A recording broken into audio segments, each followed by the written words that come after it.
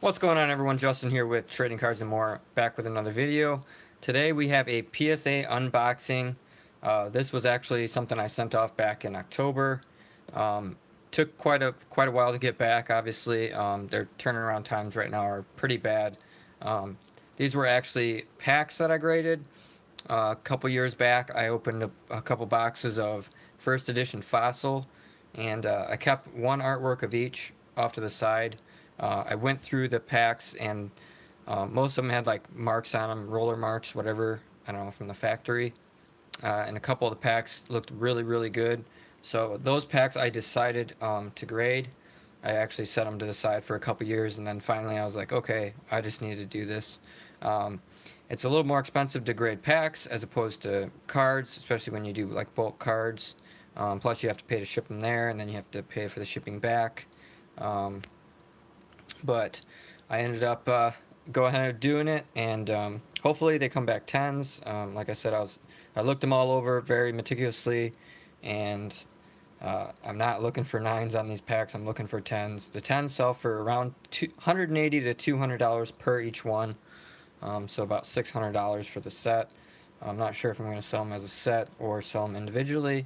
I probably will just sell them individually, and then if somebody wants all three of them, they can just buy them all, and I'll ship them all together or whatever. But yeah, Nas is in here. Thanks for coming. So without further ado, we're going to get into this. I already opened the box because they tape these things with this really tough tape, and it's always impossible to get into. I might actually save this box, and then if somebody buys all three of them, I'll just ship them in that same box. But yeah, like I said, the first packs I've ever graded before. I don't know if I will ever do this again. I just don't know if it's worth it, especially waiting 4 months for my packs to get back. Let's see, we got 658, 660, so they don't even have them in order. You can see they're in these like thicker cases. The PSA case is a little thicker. Let's set these off to the side. Let's just take this one. You can see too, they fold the top part of the pack, they fold it back. So I know there's people that kind of complain about that, that when you get a card graded, they fold it back, and they don't really like the look of that. But, you know, I guess it is what it is. Like I said, we're hoping for PSA 10s on these. Anything other than that, I'll kind of be disappointed. Because like I said, there was nothing wrong with these. They were fresh out of the box. There was no roller marks on the actual packs. I don't know if I can kind of get that on the camera, but might be a little bit hard to see through the plastic. But yeah, Sean's in here. He said, not really into trading cards, thought I'd support your channel. All right, thank you for coming. But yeah, they're pretty hot. I mean, they're first edition Fossil packs, and you know, like I said, I'm looking at this, and I see nothing wrong with these whatsoever. So hopefully they get a 10. If not, you know, it is what it is. I'm still going to be putting them up for sale on the eBay store. All right, let's see what the Lapras got. And it got a 10. Gem Mint 10 on the Lapras. 1999 Wizards of the Coast Fossil First Edition foil pack with the Lapras artwork. Why are these so rare? So boxes, if you buy a box of these, right now you're looking at probably at least $3,000, and you get 36 packs. So I don't know if you run the math on that. That's like what, $80 a pack, something like that.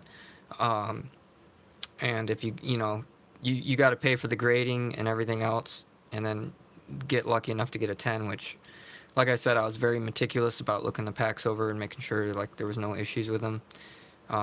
You can buy them off eBay, but these were boxes that I bought like over 2 years ago. I paid about $1,400 for a box, so the box prices have over doubled in the last 2 years. Therefore, these packs have probably doubled as well. And I'm sure I could sit on these packs and they'll go up in value, but I'm just going to put them up for sale and let them go and use the money towards other products. So yeah, the Lapras got a 10. Super stoked about that. The next pack is going to be this Zapdos pack. Same deal on this one.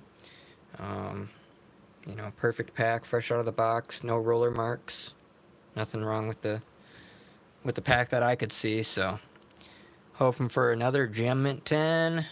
And we got another 10. All right.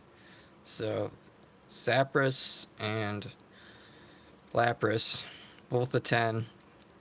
Like I said, I wasn't expecting any less, unless they damaged the pack or something stupid. Um, they were perfect fresh out of the box. No scratches, no roller marks, no nothing.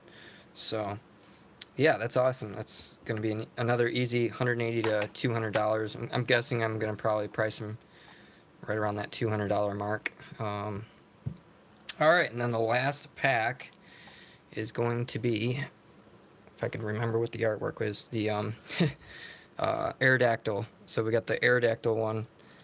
People that buy these would ever open them. I wouldn't think that you would want to open it, because if you're paying for a PSA 10 graded card and you're paying $200, why would you buy that just to crack it open when you can just go online and buy a pack for like less than $100? You're saving half the money. So it doesn't make any sense to do that. These are strictly for like collecting. People that want to collect the packs graded in PSA 10 condition would be the people that would probably buy something like this. But there are people out there that buy graded packs just to crack them open and open the packs. But I don't see too many people doing that with Pokemon cards, because like I said, there's more collectability in the actual pack being in pristine condition. So yeah, this is going to be the last pack, the Aerodactyl. Hopefully we get another 10 and we get 3 for 3 here. And we got a 10. All right.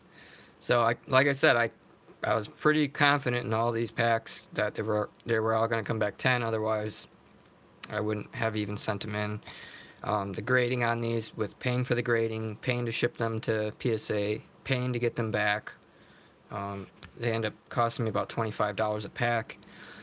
I was only in it about $35 a pack because I got the boxes for a lot cheaper back then. So I'm in it about $60 per, and I should be able to get $180 to $200. So I'll at least triple my money on these, which is nice. But